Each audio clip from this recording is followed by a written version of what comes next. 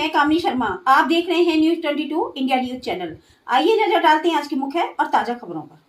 सेना और देश का अपमान करने में भाजपा नेताओं का कोई जोड़ नहीं है।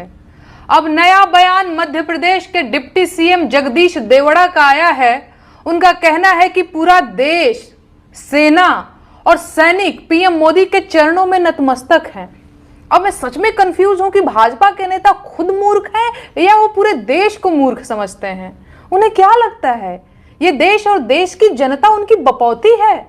वो खुद को राजा और जनता को प्रजा समझने लगे हैं क्या वो भूल गए हैं कि जिस कुर्सी पर बैठकर वो बकवासबाजी कर रहे हैं वो जनता की दी हुई है और जनता जब चाहेगी उन्हें कुर्सी से उतारकर जमीन पर बैठा देगी। देश की सेना देश का गौरव और सम्मान है और उसके बारे में फालतू बयानबाजी करने का अधिकार किसी नेता के पास नहीं है। भारतीय सेना देश की सेना है, किसी भाजपा नेता की सेना नहीं है। और जिसे इस तरह का कोई भी भ्रम हो वो अभी इसी वक्त दूर कर ले।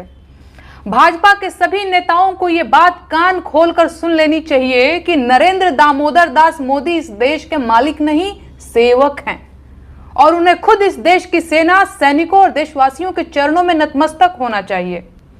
अगर किसी भी भाजपा नेता को मेरी बात से कोई ऐतराज हो तो उसे इसी वक्त स्वयं मोदी जी से यह बात कंफर्म कर लेनी चाहिए कि किसके चरणों में कौन नतमस्तक है। राजतंत्र में राजा मालिक होता था, जनता सेवक, लेकिन लोकतंत्र में जनता मालिक है और प्रधानमंत्री सेवक। लोकतंत्र और राजतंत्र के बीच यही मूलभूत अंतर है। लेकिन भाजपा नेताओं के बयान सुनकर लगता है कि भाजपा ये बात भूल चुकी है।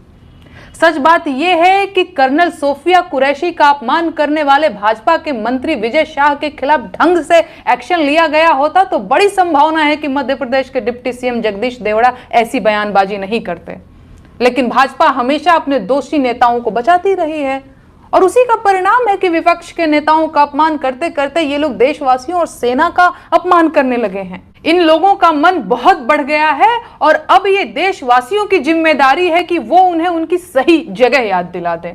बाकी मुझे पूरी उम्मीद है कि भारतीय सेना और देशवासियों का अपमान करने वाले मध्य प्रदेश के डिप्टी सीएम पर एफआईआर दर्ज की जाएगी और बाकायदा मुकदमा भी चलाया जाएगा।